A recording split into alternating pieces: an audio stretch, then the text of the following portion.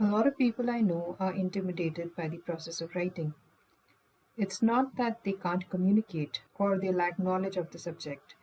Just the prospect of sitting down and putting pen to paper or finger to keys scares the wits out of them. This is called writer's paralysis or writer's block, and it affects experienced as well as newbie writers. The good news, though, is that, like most problems, this too has a solution. Writer's paralysis is often triggered by not knowing where to start, how to get your thoughts together, what all to include, what's important, what's not. Well, there's a very simple technique to win this battle. It's called mind mapping. Very simply, it's mapping the mind. In school days, well, my school days, if we had to write an essay, we would be asked to come up with an outline to weave a framework for the larger copy. Now, an outline is a logical flow, it has a linear structure, right? So, it draws on the left side of the brain, the clinical logical one. Instead, we want to get creative. We want to tap the right side of our brain. And that's where mind map fits in and actually works much better.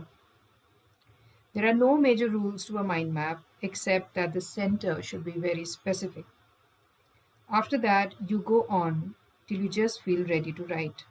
And I kid you not, it will happen because what you've essentially done is compartmentalize your thinking from your writing. When you're creating the mind map, your brain is only focused on thinking. And later, when you're writing, you're entirely focused on writing. So let's do a simple exercise where I'll create a mind map just to give you a demonstration. And I'll create a mind map on a topic all of us can relate to, the COVID pandemic. As I said, the center must be specific. So we must have an angle to the COVID pandemic. So I picked the title, How the COVID Pandemic Has Changed My Life. So I'm using a black pen here. Usually I'd use a pencil so I can erase and stuff, but just for the sake of clarity, I'm using this black pen here. And so you start at the center, and the center must be very specific, otherwise your thoughts can be all over the place and then you will not really reach the point where you feel ready to write on the topic. So it has to be very specific. So in my case, I picked the topic, how the COVID pandemic has changed my life. So I'll write the topic here, how the COVID pandemic has changed my life, and I make a circle around that. All right. Now I am going to talk about, I'm thinking that I will talk from the personal angle and I will talk from the professional angle. And I'm thinking that, I also want to give a little background of how my regular day would usually be. Or if not every day, basically how my life was before. So meeting with friends, shopping was part of it, exercising outside. Okay, now nothing much more is coming to my head immediately, so that's fine, right? So that's the best part about mind map, that because it's not a linear structure, you can just jot down your thoughts as and when they come. Now on the personal front, what were the changes that have happened? I am unable to meet friends as and when I please. Okay, then you have to see the family's perception. For example, maybe they have old people at home and they are not open to visits yet, so not open to visits. So you have to take that perspective in mind when you're going to somebody's house. Housework has gone up substantially. At the same time, it has made me more self-reliant. and it has also led to certain collaborations in the family, and delegation of work. So as you can see, I'm just putting stuff anywhere as it comes to my mind. Delegation of work has happened. Then it's also more tiring, though. Sometimes it's really tiring. Then a lot of the housework is kept for the weekend. Then I was pretty fond of eating out, so eating out not possible. And eating out not possible even though restaurants are open and stuff, but there is the fear of contagion, right? So that's one thing, the fear of contagion. Then but at the same time, sometimes you crave for certain tastes that you're unable to make yourself at home. Okay, so let's move to the professional side. So meetings have become all online, face to face. Energy, it does make it more challenging sometimes to collaborate on certain things.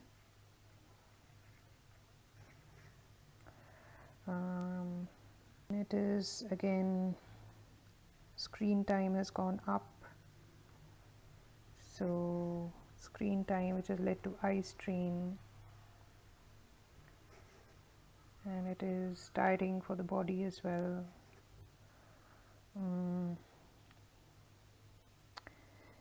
So that's on the meeting side. Then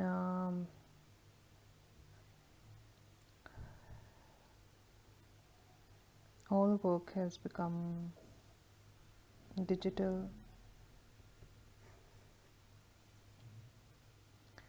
Then I have started doing more of digital solutions. So here I've started working on webinars. I've started working on video content. I have made changes on my website to reflect all of this, etc. Then again, on the personal front, if you have to go to any kind of store today, you have to wear masks, limited inventory, limited workforce, so it takes more time, and you have to stand in queues even to enter. So again, as you see, I'm adding the detail even to enter because I don't want to forget this point at that time. Right. Then what else has changed professionally? Workload is high.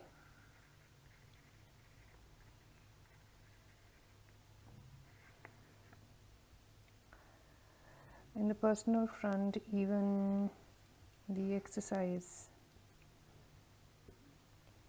is, limited to the balcony or inside or online.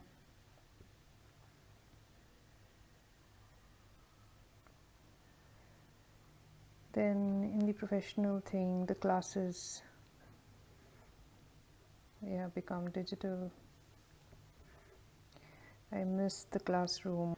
And the personal thing, I used to do a lot of outdoor activities. These have completely gone.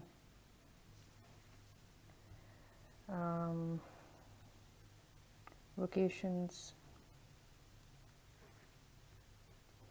There is again fear, and then time off. Time off is becoming a challenge also because of work pressure, right? See, professionally, what else has changed? Then then other thing is I want to talk about how alien it feels, just looking around and seeing people in masks. You also see many people who you see a lot of people who volunteered. There were a lot of social issues that came up during this time. Many things that opened our eyes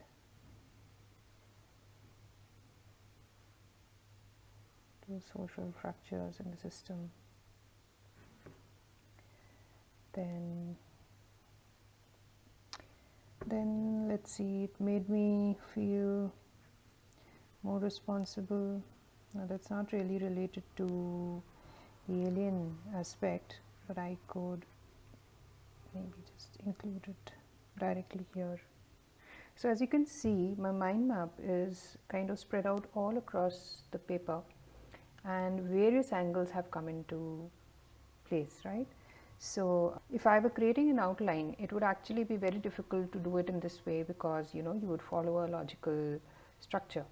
With a mind map, your thoughts can go all over the place, and your mind map can go all over the place, and that is not a problem. What this does is that you're completely just thinking about how COVID has changed my life, and you're just thinking about the topic and you're coming up with these thoughts. Now you can actually, the mind map can take a little longer. Some thoughts may come to you at a later point of time, and you can keep adding to this mind map.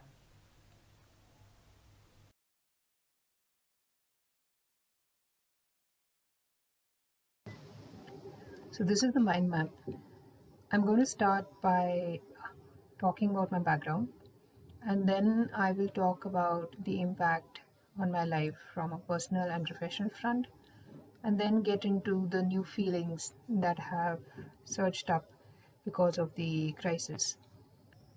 And I'm going to just keep my mind map in front of me.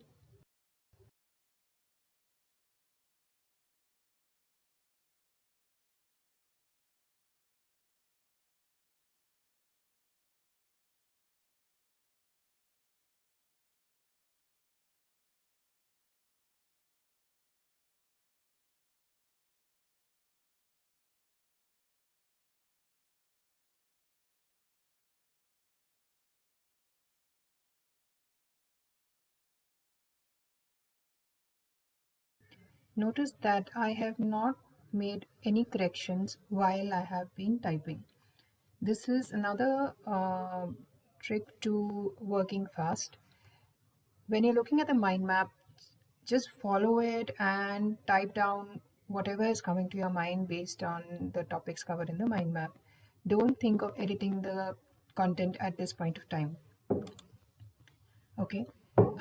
Once the copy is done, that's your first rough draft, which is ready, which is only for your eyes. Then you get into the editing part. So if you look at the time it took me to create the mind map, that was somewhere around less than 10 minutes. The first draft took me about 33 minutes, and the editing took me 26 minutes. You can go and have a look at the final article at this link. If you combine the time it took me to develop this article, it was less than 90 minutes. If you use mind mapping as a consistent practice whenever you want to develop content, you will see a significant drop in the amount of time it takes you to uh, write the script and develop the content, because as I said, compartmentalizing your thinking and your development process makes all the difference. So good luck, and let me know your result.